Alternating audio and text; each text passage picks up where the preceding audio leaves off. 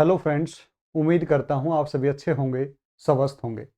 अगर मैं आते ही आपसे कहूँ कि एक खुफिया रिपोर्ट लीक हुई है जिसमें यह दावा किया गया है कि ईरान पर परमाणु हमला कभी भी हो सकता है, तो आप में से बहुत से लोग कहेंगे कि यह झूठ होगा।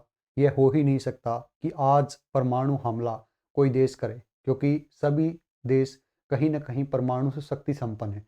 लेकिन मैं आपको बता दूं, ईरान के पास कोई परमाणु हथियार अभी मौजूद नहीं है। तो क्या आप यकीन करेंगे? शायद आप अब भी सोचेंगे कि ये झूठ होगा। लेकिन मैं आपसे सवाल करता हूँ कि जब एक देश पिछड़ने लगे तो वो क्या क्या कर सकता है? क्या वो अपने हाथ पांव नहीं मारेगा? क्या वो अपने सोवरेनिटी, जो उसकी पूरी चौधर है, पूरा उसका जो रुतबा है पूरे संसार में, उसको बचाने के लिए क्या करेगा? दूसरे विश्व युद्ध के उन लम्हों को जरा याद कीजिए जब अमेरिका ने जापान पर एटम बम गिराए थे। क्या अमेरिका को उस समय कोई रोक पाया था? जबकि परमाणु बम गिराने की उस समय कोई आवश्यकता नहीं थी, क्योंकि जापान पिछड़ चुका था और वो जल्दी ही सरेंडर करने वाला था, या युद्ध में जो है हारने वाला था।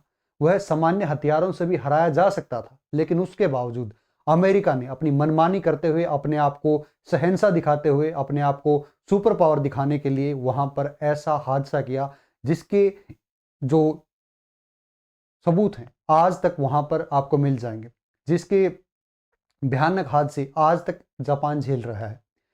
अब सबसे बड़ा सवाल है, क्या ट्रंप सच में तीसरा विश्व युद्ध चाहते हैं? क्योंकि अभी जो हो रहा है वो सिर्फ एक जंग नहीं है, ये एक वैश्विक तबाही की तैयारी लग रही है। यह एक, हम इसे एक वैश्विक पागलपन कह सकते हैं। क्यों नहीं कह सकते इसे वैश्विक पागलपन? क्योंकि सिविलियन पर हमले हो रहे हैं, अस्पताल हो, या आप कह लीजिए जल क्षेत्र हो, या कह लीजिए लड़कियों का स्कूल हो, सब पर तबाही हो रही है, सब पर बम गिराए जा रहे हैं। जबकि युद्ध का मतलब होता है कि सेनाएं आपस में लड़ेंगी, वहां पर जो जीतेगा वही असली हकदार होगा उस युद्ध का। लेकिन जहां लोग गरीबी से मर रहे हैं, भुखमरी से मर रहे हैं, वहां हम उन्हें खाने में युद्ध से उठी हुई राख परोस रहे हैं। क्या यह मानवाधिकार का उल्लंघन नहीं है? अब वह मानवाधिकार के संगठन कहाँ गए जो किसी देश में युद्ध हो जाता था तो मानवाधिकार का उल्लंघन का झंडा लेकर पहुंच जाते थे? अब वह संगठन कुछ नहीं बोल रहे हैं, क्योंकि अमेरिका ही उन्हें फंड करता है। अब अगर उन्होंने कुछ बोला तो उनका फंड जाता रहेगा, उनको अपनी रोजी रोटी की फिक्र है। अब वह क्यों ट्रंप के आगे नहीं खड़े हो रहे हैं मानवाधिकार का झंडा लेकर? मौलिक अधिकारों की बात अब वो क्यों नहीं कर रहे हैं? मौलिक अधिकारों को तो छोड़िए कि ये बाइबल का उल्लंघन नहीं है। अगर है तो लोकतंत्र में ऐसा नेता कैसे बहुमत हासिल कर लेता है? अगर रिपोर्ट्स के मुताबिक हम चलें तो अमेरिका पहले ही ईरान के हजारों सैन्य ठिकानों पर हमला कर चुका है। हजारों माताओं के लाल ट्रंप के इस पागलपन में शहीद हो चुके हैं। क्या उन माताओं को कभी कोई जीत या हार अब महत्व की लगेगी? बात यह नहीं है कि कितने अमेरिका के सैनिक शहीद हुए, कितने ईरान के, कितने इजराइल के। बात यह है कि सैनिक अपना कर्तव्य निभाते हुए शहीद हुए हैं। और इसी प्रकार सेनाओं के सैनिकों ने अपनी बहादुरी विश्व युद्धों में भी दिखाई है। लेकिन मैं कहता हूं, क्या वह बहादुरी जो उन्होंने दिखाई वह कह लीजिए आप महत्व की थी? क्या उस पागलपन ने इस संसार को कुछ दिया है, हमारी इस पृथ्वी को कुछ दिया है? राख के अलावा कुछ नहीं हमें मिला है। इस मानवता को रोदने के पागलपन में अब अगला निशाना ईरान का न्यूक्लियर प्रोग्राम हो सकता है। अगर ईरान पर परमाणु हमला होता है तो इसका अंत भयानक होगा, क्योंकि चारों तरफ तेल के भंडार और रेत के टीले जो हमले के प्रभाव को बहुत दूर तक फैला सकते हैं। और ये हमले मानवता को रौंदते हुए भारत तक भी पहुंच सकते हैं, क्योंकि भारत पाकिस्तान के संघर्ष दौरान परमाणु युद्ध का जिक्र हो चुका है, जिसकी सूचना हमें ट्रंप से ही मिली थी। और ट्रंप ने ही बोला था कि परमाणु हमला होता भारत पर, वो तो मैंने बचा लिया। लेकिन चौंकाने वाली बात यह है कि ये सिर्फ सुरक्षा का मामला है? क्या ये सिर्फ युद्ध का मामला है? क्या ये सिर्फ अमेरिका और इजराइल के सो कॉल्ड आदर्शवादी दावों का मामला है? या इसके पीछे कहीं ना कहीं पावर छिपी हुई है, कहीं ना कहीं तेल का खेल छिपा हुआ है, कहीं ना कहीं दुनिया पर कब्जे का खेल चल रहा है? आप इस पर क्या सोचते हैं? क्या यह सिर्फ एक तरीके से कह लिया अपने आप को ऊपर उठाने का युद्ध है?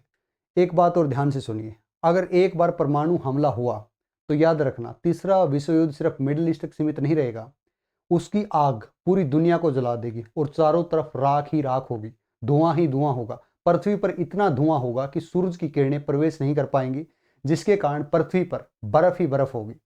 यह जब आप थ्योरी पढ़ेंगे ज्वालामुखी की, एक भूगोलविद हैं, उन्होंने यह सिद्धांत दिया है कि पृथ्वी का अंत ज्वालामुखियों के द्वारा भी हो सकता है, क्योंकि ज्वालामुखी अगर अचानक ज़्यादा फटने लगे तो इतना धुआं हो जाएगा कि उससे पृथ्वी पर सूरज की किरणें ही नहीं आ पाएंगी, जिससे पृथ्वी पर एक तरीके से कह लीजिए शीतकाल आ जाएगा, बर्फ जम जाएगी चारों तरफ और मानवता खत्म हो जाएगी।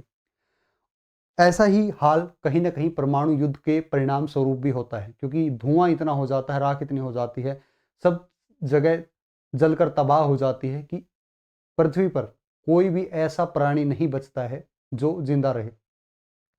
हो सकता है पूरी मानव सभ्यता का पूरा इतिहास फिर से जन्म लेने के लिए लाखों वर्ष इंतजार करे, लेकिन असली सच्चाई क्या है? क्या ये युद्ध रोका जा सकता है? आप क्या सोचते हैं? क्या हम सब इतने मजबूत हैं कि ऐसी तबाही की बढ़ रहे हैं कि हम जिस तबाही की ओर बढ़ रहे हैं उसे हम वापस कर सकते हैं, उसे हम वापसी की ओर ले जा सकते हैं? कहीं यह वापसी नामुमकिन तो नहीं है, क्योंकि परिणाम क्या होंगे, मंजर क्या होगा, वो मैं आपको बता चुका हूँ। ये दूसरे विश्व युद्ध की तस्वीरें हैं जो मैंने पीछे लगाई हैं। आप इतिहास पढ़ना चाहते हैं तो ब्रिटेनिका पर मिल जाएगा। ये जो गैस के भंडार हैं इन पर भी लगातार हमले हो रहे हैं।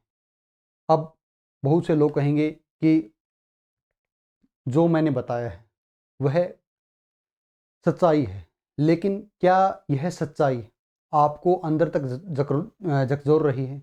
क्या मेरी और आपकी, हम सब की ज़िंदगी को यह एक पर्सन की ओर ले जा रही है? अगर आज रात दुनिया का सबसे बड़ा युद्ध शुरू हो जाए तो क्या आप तैयार हैं? अमेरिका के युद्धों के गहरे इतिहास के आधार पर एक गहरी संभावना यह भी बनती है कि ईरान पर परमाणु हमला कभी भी हो सकता है, और उस पूरे खेल के पीछे एक नाम जो जिम्मेदार होगा वह होगा Donald Trump.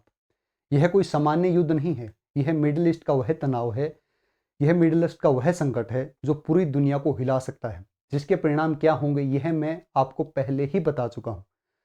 Straight of Hormuz की बात मैं आपसे पहले ही कर चुका हूं, जहां से दुनिया का लगभग 20% तेल गुजरता है। अगर यह बंद हो गया तो समझ लो दुनिया की अर्थव्यवस्था कोलैप्स हो जाएगी, क्योंकि दुनिया के सभी संसाधन ऊर्जा पर टिके हैं।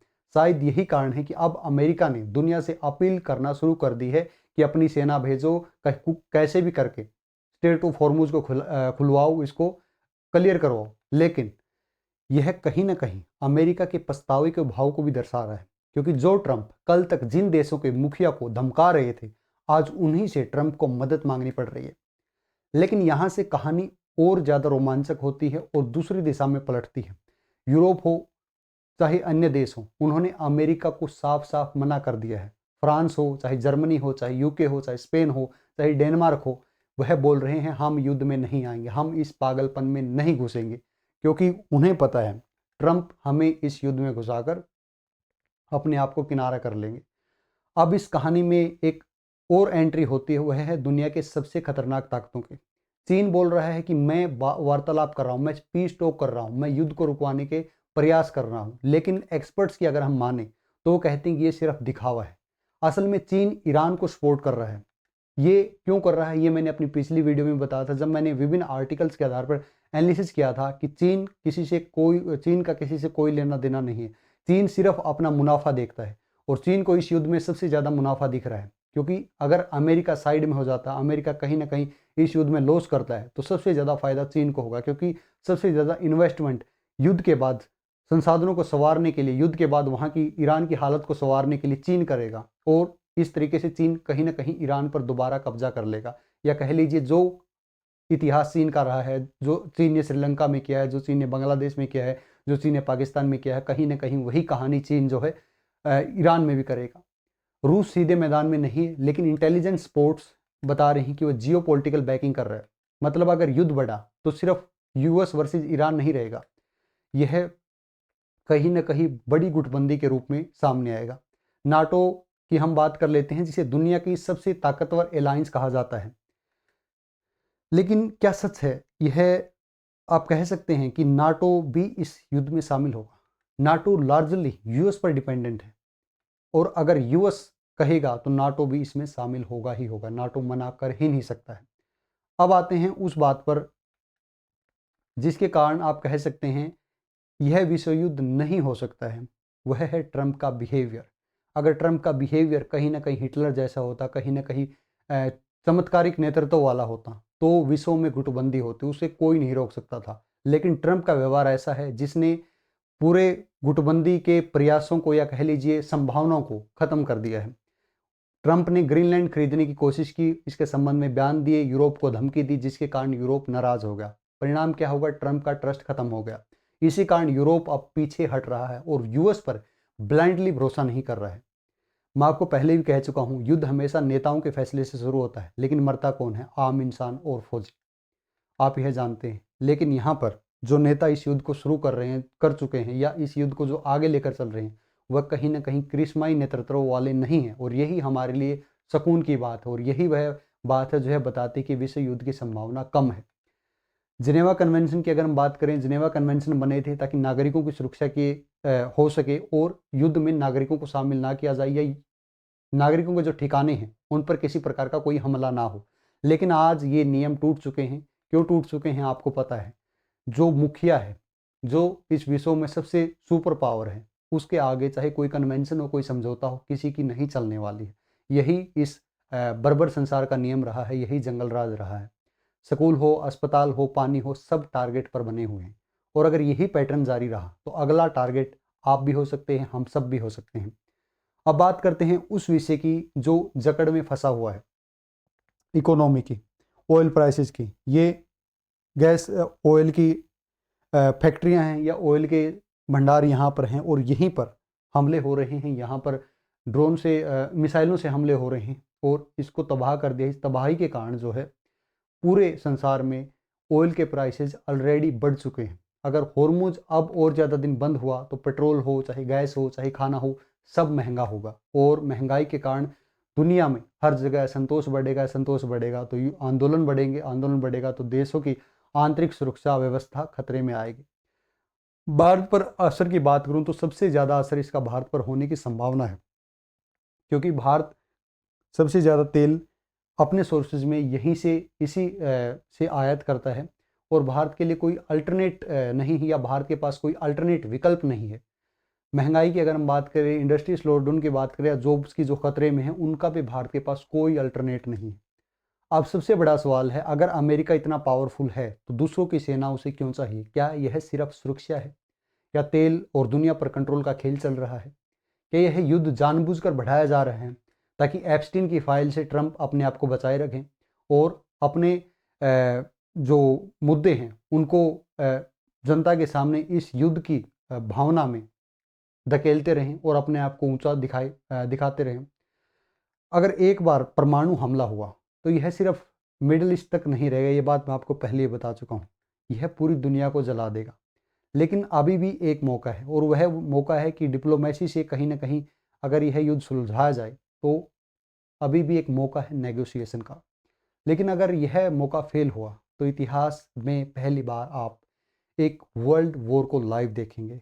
लाइव देखना कहना गलत होगा, क्योंकि परमाणु हमला अगर हो जाता है, परमाणु युद्ध की स्थिति अगर आ जाती है, तो कहीं ना कहीं लाइव देखने जैसे हालात भी नहीं रहेंगे। आपने हेलन केलर की डायरी पढ़ी होगी, उसमें उन्होंने जैसे किस प्रकार युद्ध का वर्णन किया है। या अगर मैं आपको बताऊं परमाणु युद्ध के आप दृश्य देखना चाहते हैं तो कुछ एनिमेटेड वीडियो भी हैं, तो कितना भयानक दृश्य हो सकता है आप देख सकते हैं, या संभावना बन सकती है।